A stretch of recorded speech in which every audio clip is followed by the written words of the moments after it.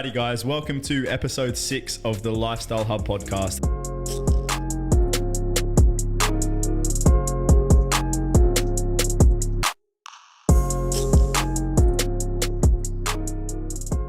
I'm very excited to introduce today's guest, Mr. Ibrahim Ba, a lightning-fast professional footballer who would make lethal runs down the right wing for sides in both Sweden, Italy, winning titles in both countries, as well as representing the French national team. Ibs, welcome. Thank you, brother.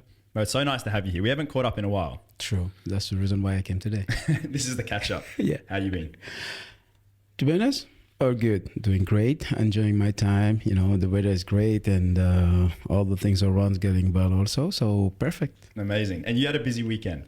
Kind of. What were you up to? But I mean, it was a busy in some way, but the other end also it was, chill and enjoying time with my friends. But to answer to your question was, I had a padel tournament. Yeah. With legends, so some of my ex-teammates and some of them that was also against, that I used to play against, was here. So Totti, Shevchenko, Materazzi, and so on. Yeah. Yeah, I noticed that. So that was the Armani Legends Cup or tournament. Has just started, or is that becoming? Listen, I think it's going to be something we will keep going. Okay. It is they call it the Padel Legend tournament. Okay. So as you can see, legend means somewhere, somehow, like, some people were in advance on the age, not on the paddle side. Okay. Yeah. So obviously this weekend was the first tournament to promote that legend paddle tournament. Okay. So in the future will be more of them. Yes. So this time, the first time was in Dubai, in UAE, and then I believe that is going to happen in many more cities also and in other countries in the future. Amazing. And I saw a picture of you holding some silverware. Your team had won, you'd won. I know you're good at this. Don't play this down. For those who don't know, Ibs is actually obviously a professional footballer, ex-professional footballer, but actually incredibly good at paddle tennis, which is an up-and-coming sport globally. I'd say it's very popular at the moment. Right. The UAE, it kicked off here, maybe 2 years ago or 1 year ago even? No, I think it's the last 2 years, and it became, the sport that everybody who don't like to play tennis can get into it, and you need only partners. At the end of the day, when you play this game, it's like you can be two guys or two persons and having other two person, which is like a normal person, and then you can always enjoy it. And honestly, it's let's say it's a social sport. Yeah, it's so much fun. Like we've played it together a few times. True. I mean, I don't know if we've played technically. You've just dominated me or taught me some things. But it was a sport that, having no hand and eye coordination prior, I was actually able to have fun and enjoy. True. So it is such a great game. We will touch on paddle a little bit further down the episode today. But first, I wanted to kind of give the viewers a bit more of an insight into who you are. So I'll hand it over to you. Whoa, who am I? Ibrahim Ba, born in January 1973, 12, Senegal, West Africa. Okay. Came to Europe the age of 12 in France. So from there, like every immigrant, school, step by step, getting into sport. Yes. Let's dive deeper into that. So obviously your sport, endeavors ended up, I guess, flourishing into a professional career. How did that start at an early age? Because I think football is probably one of the most popular sports globally. Indeed. And I think almost every single child dreams to be, walking down the road of a career of professional football. How was that stepping stone for you growing up in France? Well, first thing first, my dad used to be a football player. Okay. So I guess do you think that helps? Yes and no. Yes. Yes and no. My dad used to. He was a football player. He was the captain of the national team of Senegal too. Yes. So my mom used to be also athlete. Yes. She was a specialist on 800 meters run. Wow. So my grandma, my mom's side was playing also a basketball. A very athletic family. Right. So at the end of the day, obviously I follow my dad's step. Coming to Europe at the beginning, I came with my brothers and sisters. It was for school. Yeah. So yeah, it became, as you said, being in some area which is just like the only sport that you could do, it was like or playing basket or playing football, and I decided to go for football. Yes. And were you more talented in like the sporting field, or academically wasn't your strong point, or were you good with both but you just chose to pursue football? I did many sports. Okay. I did the running part. Yeah. I did the basket. I did handball. I did football. Yeah. And it happened that with the school we had this tournament, that they used to do. Yeah. So I was in many teams. Yes. And it happened that I have 2 finals. Okay. It was the handball and the football. Okay. So I had to choose one. So I went for the football. Things could have been totally different had you chosen the handball. Maybe you'd be playing professional handball. I don't know, but I love it. I love them all. Yes. So it was just, you're young and you do all the sport, and that's the right. one who comes and then that you enjoy more, that you go for it. And yes. then for me, at the end of that time, I decided to go for the football. Yeah. Yeah, I'll never forget like growing up, when I was, how old were you then, Ibs? 12. 12. Yeah, I mean, I think that's kind of like a really make or break age, isn't it, in football? Like when you start to develop your athletic ability and kind of see where your passion lies, but your skill set. Did you find that, it was, I guess, difficult to try and balance, growing up as well as football? Was life just consumed by playing sport and football for you? No, because my dad did not want me to play football. It was, for me, it was just like I was following my friends. Yes. That was the reason why. It was, you're young, you end up somewhere which is like your friends going, yeah. So you follow them. Yeah. So, and I end up just like, all those sport, I enjoyed it. Yeah. So I wasn't not deciding if I have to choose this one or that particular. It was just like, go there, enjoy. Yeah. This is what happened. And as I said, my dad came later on yes. into my my football career when he started to train me, but it was a little bit later on, not at that time. At that time it was just like me and my friends. So yeah. Okay, and then so when was it that you started to get noticed, or even your dad and yourself started to see that this was something that would could develop into a serious playing career? At the age of 15. 15. So not long after. No, but between that 12 and 15, a lot of shit comes in. Yeah. So, as I said, when you're young, you follow your friends. So you do some stupid things and so on. And that's a reality that what happened to me. Yes. And then I had to choose, and or to stay with my friends or to move on and to do something different. And that's what I did. And with the help of my parents, obviously. Yes. And this is where I start with my dad getting into me, and then starting to teach me proper what does that mean to to train and to get harder on that. Yeah. And I'm grateful to that, to him also. Do you so I think, I think that's amazing, because when I was growing up, I remember Dad was always supportive. My family was supportive of me playing football. Dad would watch every game. Mum wouldn't come down because she's worried I would get hurt or whatever. So Dad would be at every game, and I started playing football when I was 6. But I've always felt like, would I have had a better chance of developing had I had that extra, maybe training, or, I used to go to the park and I'd be kicking the ball against the wall by myself or with my brother. And I'd see another kid with his dad, and his dad had all the ball bag and all the cones, and he was taking him through extra training and sessions. Do you think that has like a really, I guess, effective approach to kids, like from a development perspective at that age? Like, do you think, having that extra training or that support at home can make or break a career? Or, I mean, there's a lot of players that don't have that and still go on to succeed. As I was going to say to you, everything is depends. Yeah. Depends. Why is depends? Because sometimes maybe have some parents who put pressure on their sons or their kids. Yes. And sometimes not enough. So it is. I believe it's only depend on your personality. Yes. It's also in what you believe and what you can make of it. Okay. In my country, in Senegal, everybody knows him. Yes. Being the captain of the national team, so it was a lot of expectation. Of course. A lot of pressure. So the pressure was just like, oh, can he deliver? Can he be, so on? Because I remember.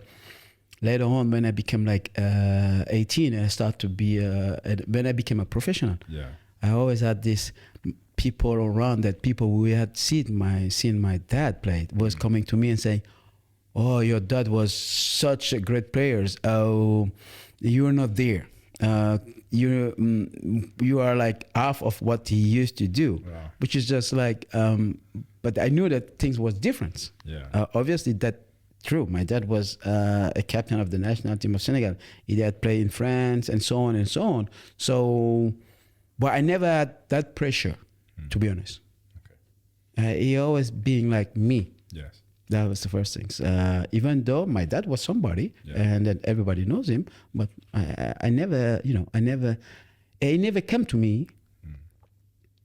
I'm talking about my dad. He never came to me saying to me, oh, I was better or this and so on. Yes. What he did, he was showing me what does that mean to be a professional.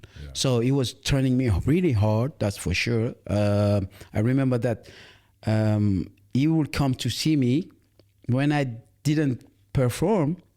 The day after or in the evening, he would be training me. So, and harder and harder. The things that he have seen when I was playing, if it's something that he didn't like, he will show me to make it better. That's for sure. So I think that give me also that that personality and that to become more stronger and to get into it. But beside that, as I said, I never had this this pressure. Yes. Yeah. I mean, it sounds like he was just very supportive of you going through those steps to a degree. Supportive in the sense that he was prepared to try and get the best out of you to perform. Yeah. I think it's just like, as I said, every parents is different. That's right. Some will be like, because they wanted to be somewhere, they never made it. So they want their kids to be there. Yeah. And some others made it. But most of the time, those who made it, they are more like lay back. They're going to give you advice and they're going to let you, they're going to let you do it. If you go and ask them questions, they will be there for you, So this is also some few things that I've seen through my career and through my life also, having kids and seeing kids, their parents, how they act with them. Some of them are really, like I said, pushing because they want them to be somewhere, which is like maybe the kid don't want to be there. That's right. So you have to have, a balance. That's right. It's so important. And I think, there's a lot of footballers now, would you say, like, especially in the era that you were playing, with their kids now actually making cameos in first grade football. And do you think they would, and I think you say Maldini, for example, like, his son coming on for Milan. Yeah. Am I right? Right. So like, would you say, was he, in your sense, you as a dad too, would you take the same approaches as your father and try and offer that supportive, like, platform for your children to progress eventually as well? Yeah, because if my son or my daughter wanted to become a football player and then asking what it costs to become a football player, obviously, I will be there. I will be showing and then, giving the way to make it happen. But at the end of the day, as I said, it's his own. That's right. The kid, their choice to decide it, where, if you want to go further or if you just wanted to enjoy it. It's always something that you have to make your own decision. So from there, 15, you put all the work in behind the scenes training. When was your first actual professional debut and where? So actually what happened, I make a trial with different clubs, professional clubs. I was playing as amateurs. Yes. Until at the age of 17. So usually you expect that, at the age of 12, 13, you are on the professional team or, it's not the academies and getting those learning and then go on until to arrive to the first team. But in my case, it was totally different. So until the age of 17, I was just playing amateur. So I did 5 trials. I just still remember 5 trials with 5 different clubs. Yeah. Paris, Lens, okay, Auxerre, Caen, and the last one was Le Havre. Okay. So been rejected by those 4. Yes. And then get the last one, Le Havre. And the funny thing was my dad played for that club. Oh, wow. There you go. So that team was in the 2nd division in France. Historically, it's one of the oldest teams in France. In French football. So my dad played for that club when they were in 2nd division. So then I went there, did the trial. People might think, because my dad. No, because of me. I went there, I did what I was supposed to do, and at the end of the day, they took me. Yeah. So they gave you that chance. So then when they chose me, I was part of the academy, the 2nd team. Okay. But there again, for differences, because when you're young and a lot of energy, sometimes you don't go well with some. It can happen with the coach or so on. So as a football team, because the coach have like maybe 25 players to deal with it. Yeah. So we had some argue. So I was not really not playing. Yeah. So one day the first team had a friendly game sometimes with the first team in the academy. So it happened as a professional clubs. This is what they do. And I still remember. And the coach of the 2nd team told me, listen, anyway, you're not going to play with me. So go with the others, and then you will be like playing with this friendly game. So I went, and then I play against the professionals, which is like, that was the first team. Yeah. So, but it was only one spot. Yes. It was the left defender. Oh. So I'm a right back. Yeah. So I have to play on that position. Yes. So I did it, and the coach from the first team told me, come back the day after the day, and after another day. After 1 week that I have trained with the first team, he said to me, from now on, you won't be training with the 2nd team, but you will be training with the first team. Amazing. So he gave you the chance. Yeah. Sometimes it takes a different perspective, or someone a different. I think you see this so often in football. Managers can unfortunately make or break a player's true potential to shine if they're either narrow-minded or closed off, or sometimes even just a personal dispute can really limit like a player's career. So in that case, you were given an opportunity, which has now snowballed into you obviously then moving. You'd played in Sweden. From there, you went to Sweden, if I'm correct? Nope. Or you went to Italy? Actually, from Le Havre, I went to Bordeaux. You went to Bordeaux. So I spent 5 years playing in Le Havre, which is like, as I said, for me, it was just like a great time. Yeah. For many years, for a division. Then from there, I've been bought by Bordeaux. Yes. Where I signed for 5 years. You're still passionate about Bordeaux, right? Yeah, definitely. Because I notice you're always, when you're there, you'd watch their games. Yeah, definitely. So that club stood out in your career, you would say? Yeah, because it gave me another aspect of being well known. Why? Because Le Havre was, as I said, it's not a big club, even though it's one of the oldest. Yes. But none of the people, many of them knows what it's all about Le Havre. Yes.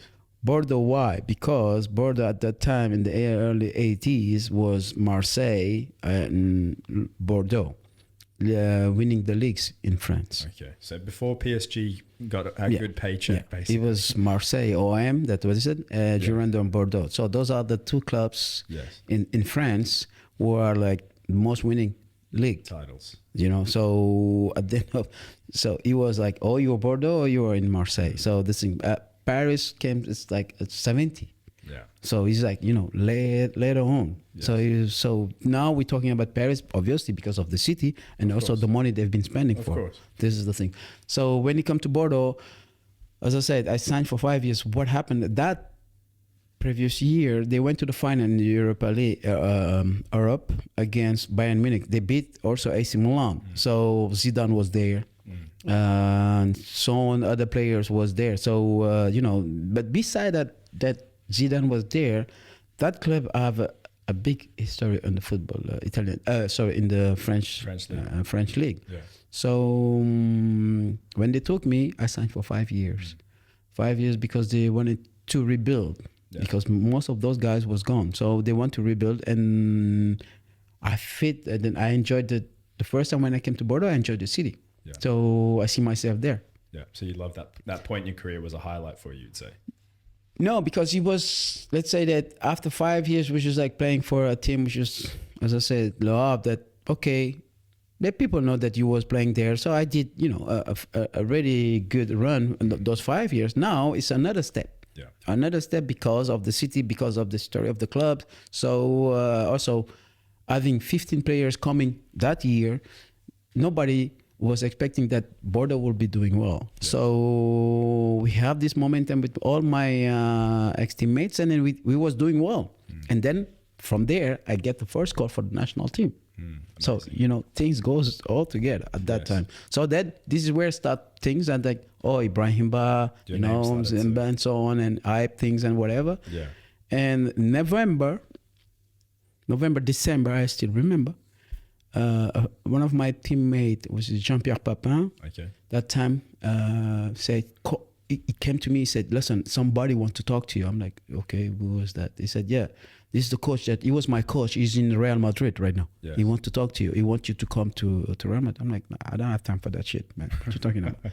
Not many people would knock back Real Madrid. No, at the time I was just like, you know, I'm enjoying my time here, you know, and then I was playing and I was not thinking higher. I was just thinking at that moment in time, you know, and the positive vibe that I have with my with my teammates and my guys, and I enjoyed that city. And you know, the call you made there, like Ibou, is like something that doesn't happen often in football today, because players are waived crazy amounts of money and they'll make moves maybe against that natural instinct, wouldn't you say? Like, you know, a player might have great chemistry with their team, they're playing some of the greatest football, but when that dollar sign's waved in their face or these big clubs come calling, sometimes they'll make these moves and it won't actually, you know, their career won't progress. Look at Hazard, for example, you know, making that move to Madrid, obviously injuries, etc. But maybe staying at Chelsea a couple more years and really, you know, performing might have been better. So it was good that you actually stuck to your beliefs there and said, no, I'm happy where I am. Yeah. I mean, everything is depend on also, as you said, it can be the personality of the player, or it can be also the agent. And then we know that also today, most of the time, the agents are the ones moving things. Yeah. And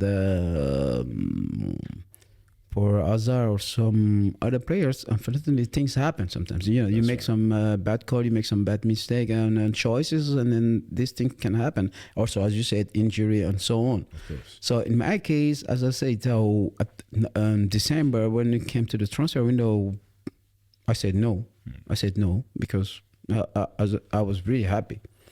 And I get the first call few weeks after with the national team. Yes. So at the end you can say I make the right decision to stay. Yes. So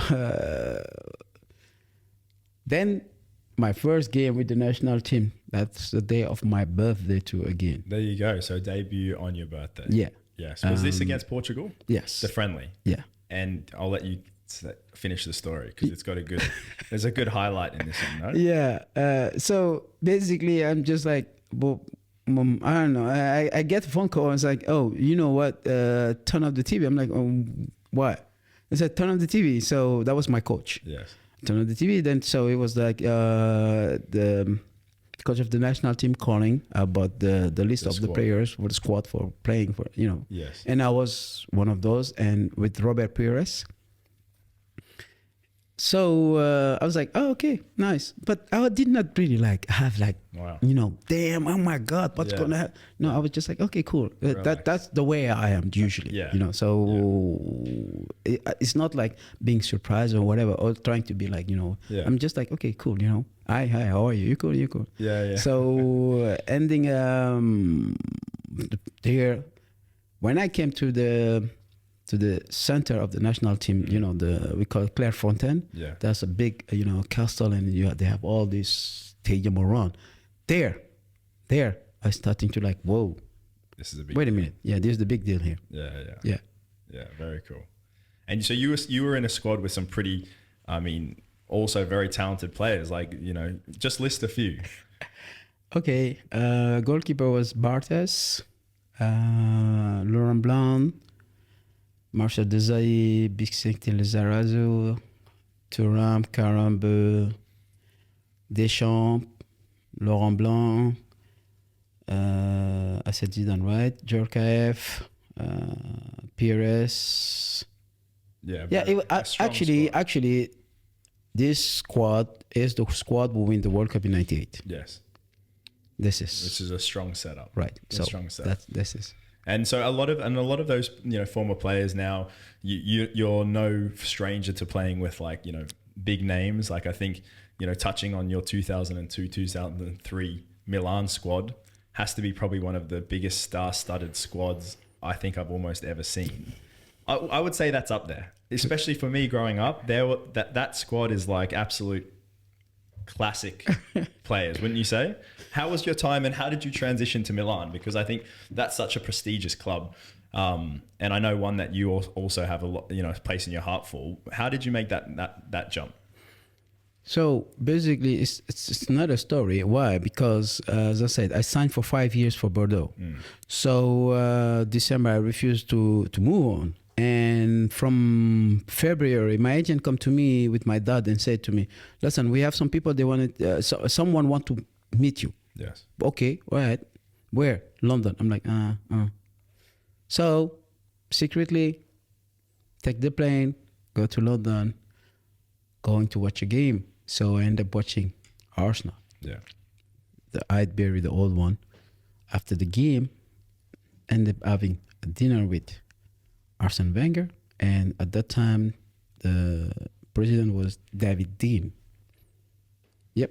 So we had after the game, we had dinner. We started to talk, and I did 5 times between February, March, in London to watch game and to talk with them, and then Arsene Wenger, at the end of the day, after all this mirror team, he told me, "Listen, I want you to come to Arsenal." So as you have met our chairman, David Dean, so we are in the same page. We want you to come to play for Arsenal. Which is just like, for me, it was like, I are still 4 years over there. But Arsenal, knowing that Patrick was there, Vieira, and other French guys was there. So, it was something that I could consider, to take. But I was still a little bit thinking about that, if I have to move, if I have to make that move. But then Arsene told me, "Listen, we already discussed with Bordeaux." So they agree. I'm like, wait, they agree? But I don't know. I never talked with them. So then when I went back, I asked to talk to the chairmen of Bordeaux. And then they told me, "Listen, we have discussed with Arsenal. We agree on the...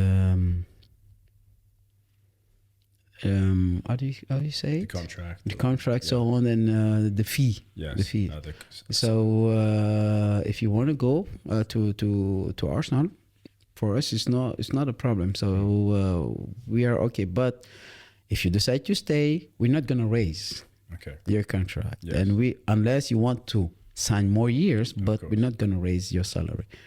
I wasn't thinking about the salary, to be honest. I was thinking like, okay, so they knows without telling me, and then I started to take that in consideration. Okay. And then I get another phone call. It was people from Barcelona. Yes. So then from Barcelona was people from Real Madrid. Then from people from Real Madrid was Juventus. So it became, all those clubs interested. Yes. And it's just like, okay,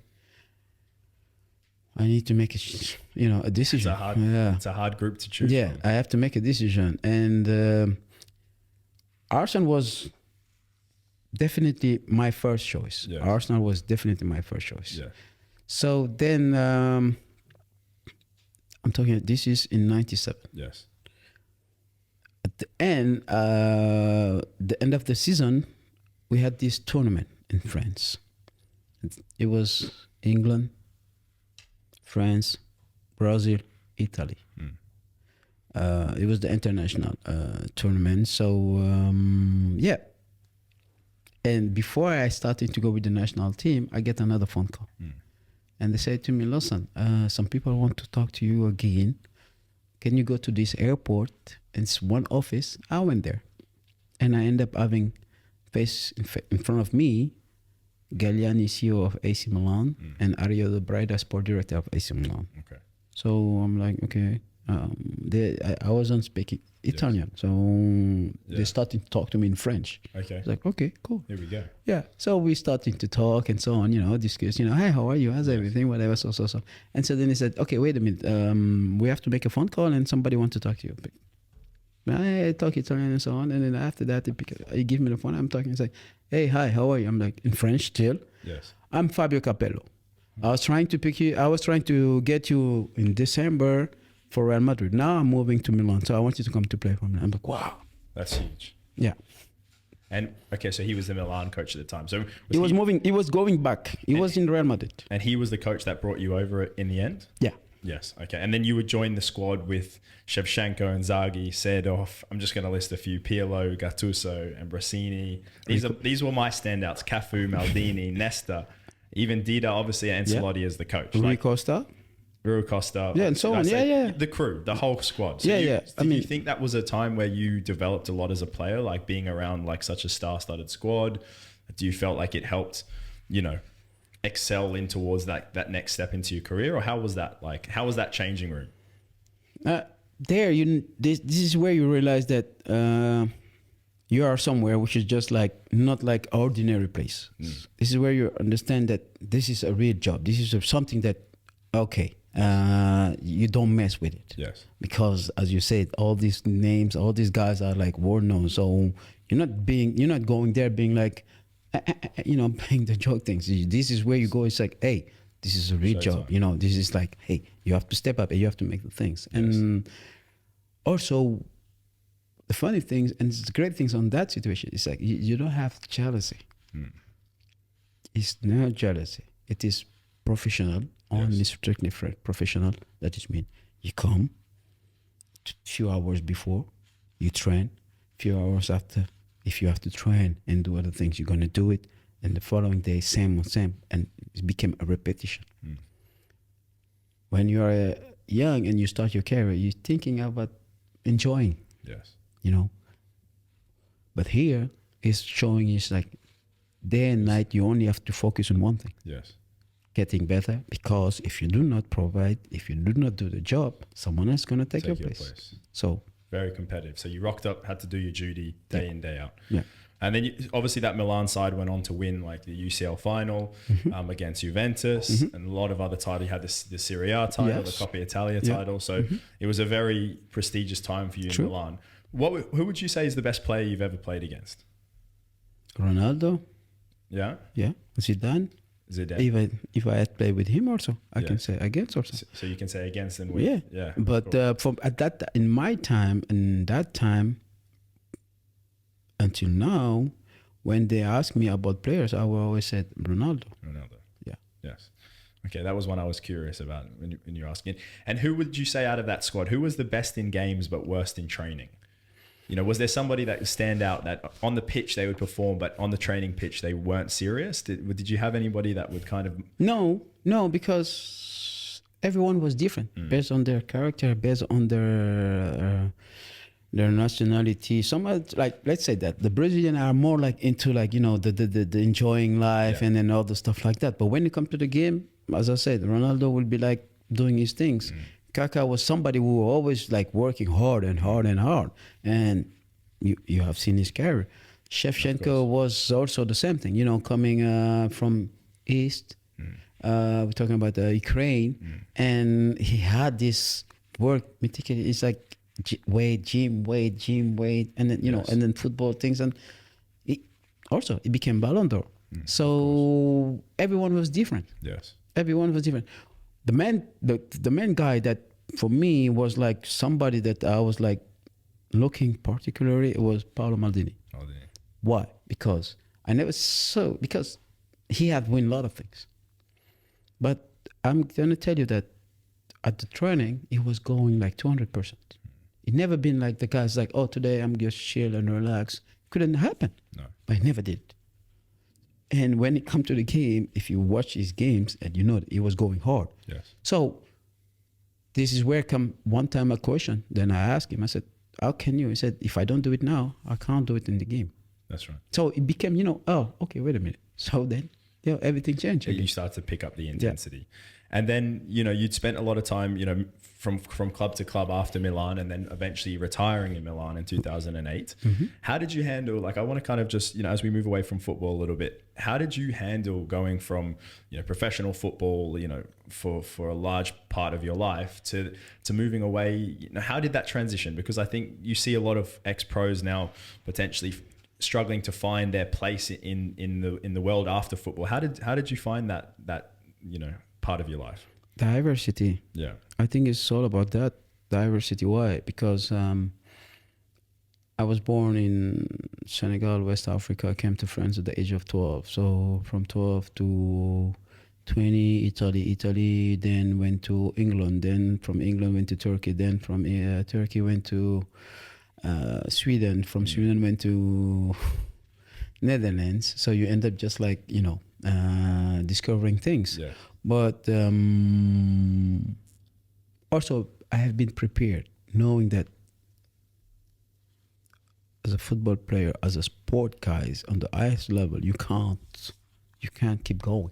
So somehow you have to decide it when it's time to stop. And I was ready for it. Yeah, so when you came prepared for that. Yeah. You speak more than 3 languages, don't you? How many? Just based on where you'd spent a lot of your careers. 4. Okay. Yeah. So Italian, French, and the other 2? Italian, French, English. English, of course. Senegalese. And Senegalese. Okay. So there's no Swedish in there? A bit. There's a little bit? Yes. Okay. Obviously the retirement after football, moving into things. How did you end up over in Dubai? And then talk to me a bit about how your life looks here now in Dubai. Listen, sometimes we make choice, right? We want to discover things. And I've been, as I said earlier, in so many places. Then I think it became like a normal to find somewhere that you can enjoy it and being also in the safe way. Yes. So when it comes to Dubai, first was the family things. Of course. And it became normal at the end of the day. So that's the reason why today I'm here. And even though I'm still working for AC Milan as a scouting, I'm still traveling. So I think it's the perfect combination. And I think we met in a gym. True. So despite having spent a large majority of your life playing sport and training, you still value the importance of keeping yourself healthy and fit. Talk to me a little bit about how that looks for you in a day-to-day now. You've spent some time in the gym, and then obviously what else that you would do to keep yourself healthy and active? I try to do a lot of sport. I think when you are into sport, it's difficult to step out. Yeah. And also one thing is to make that happen, it is always the positive vibe you're gonna get also next to you on people around you. And we have met at the gym, and it became natural to see each other every day training. And then at the end of the day, talking about different topics. And that's the reason why we are here today. But sport bring everybody from everywhere.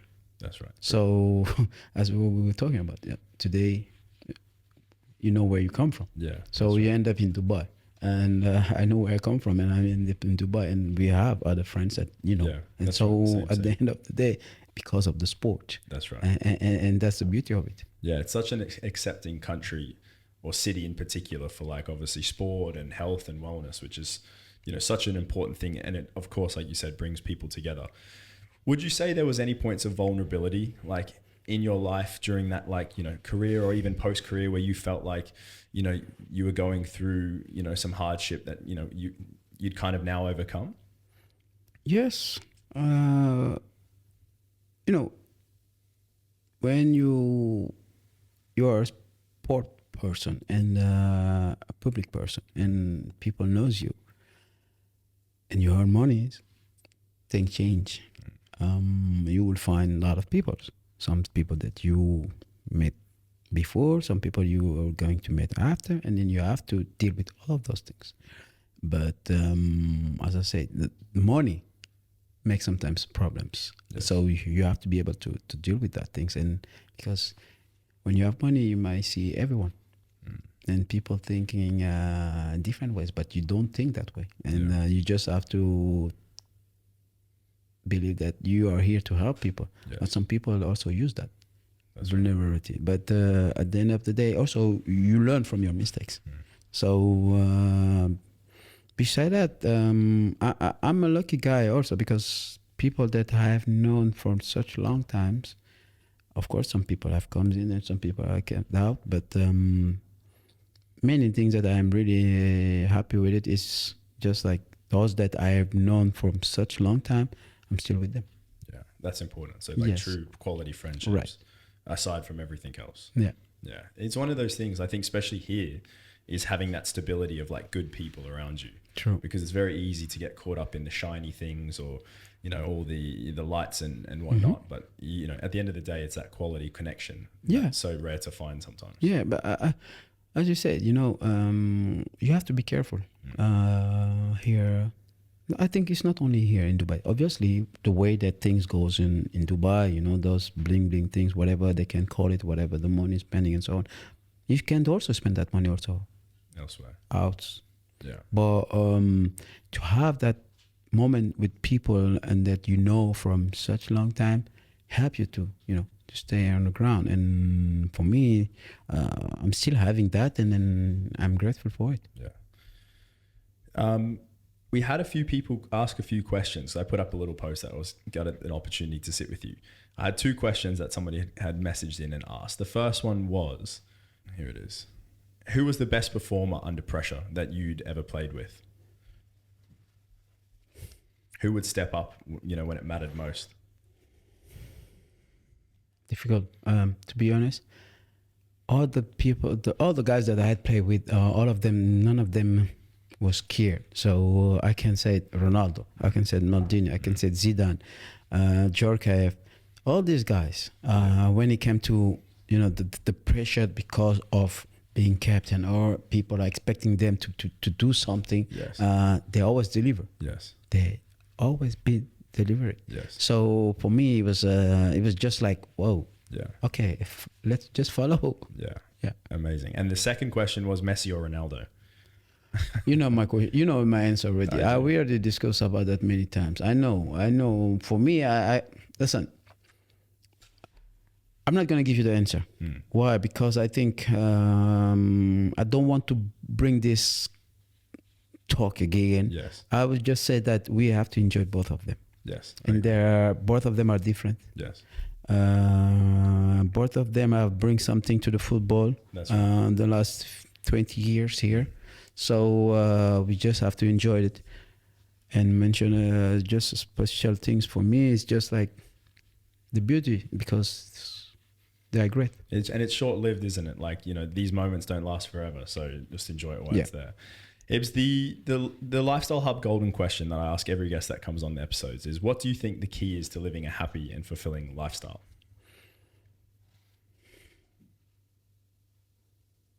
Good question. So for that answer, I must say to you, happiness coming from small things. Me and you talking today, being happy and smiling, this is all about, right? And obviously based on if you have a family, if you do not have a family, but having people close to you that you can enjoy it, talking about it, talking about everything every day. Yes. And do you enjoy being a dad? It means a lot to you. Wow, that's a great thing. That's a great thing because at the end of the day, you don't. When you became dad, it's not anymore you. Yeah.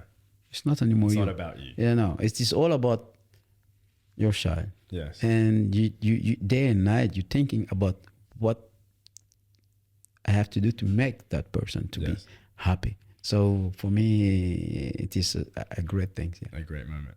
So for those who are listening, like I met Ibs in the gym.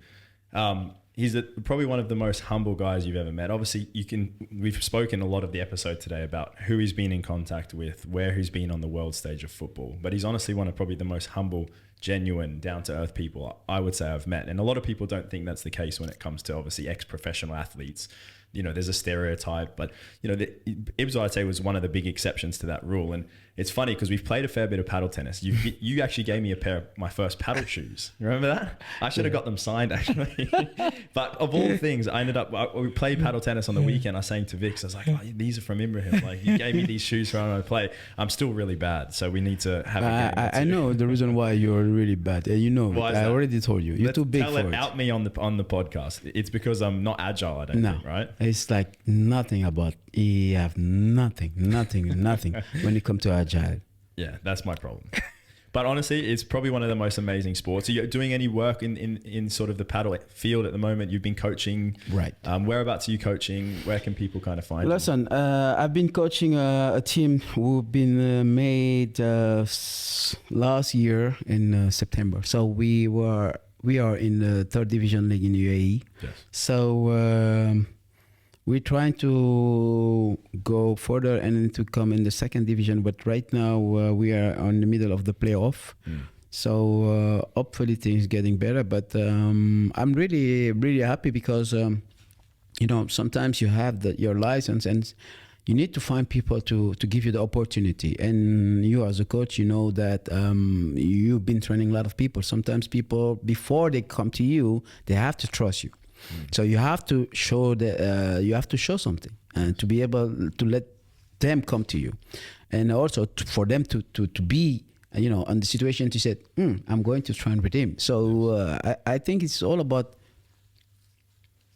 communication and feeling. So I wanted to be sure that even though as I have the license, if I can do the job and if I enjoy it to be a coach and I'm enjoying it. So you would like to potentially look at taking it further and yeah, it's all about opportunity. And then this summer we have seen each other. You were training also some football player. That's right. So I think you enjoy that. Yeah. Would it be something that you might like to do in the future? Yes. Being a PT for a team. Yes. So this is all the things that at the end we have to. Is that an offer on air? Are you inviting me down to the club? I well, think we're going to crop that out. Everything is depend on your on your desire, on what you want to do, and my agility, I think, as well. On that you don't need that, because most of the PT, when it comes to the football, they are not agile, but they know how to make the team to get fit, to be fit. Of course. And do you think I imagine you would offer a lot to a developing player as an ex-professional, as a manager. I think a lot of the dressing room would be learning a lot from you. Yes. You said earlier, football have changed. Players change also. At my time, things was differently. Now, football is all guided by agents who decided if their player is playing or not. Yeah. But what I always stood and what I always talk with my players is just like, you need to be somewhere that you're happy to be, and also you have to be communication between me, my staff, and you as a player, because if we don't talk between each other, we won't make it.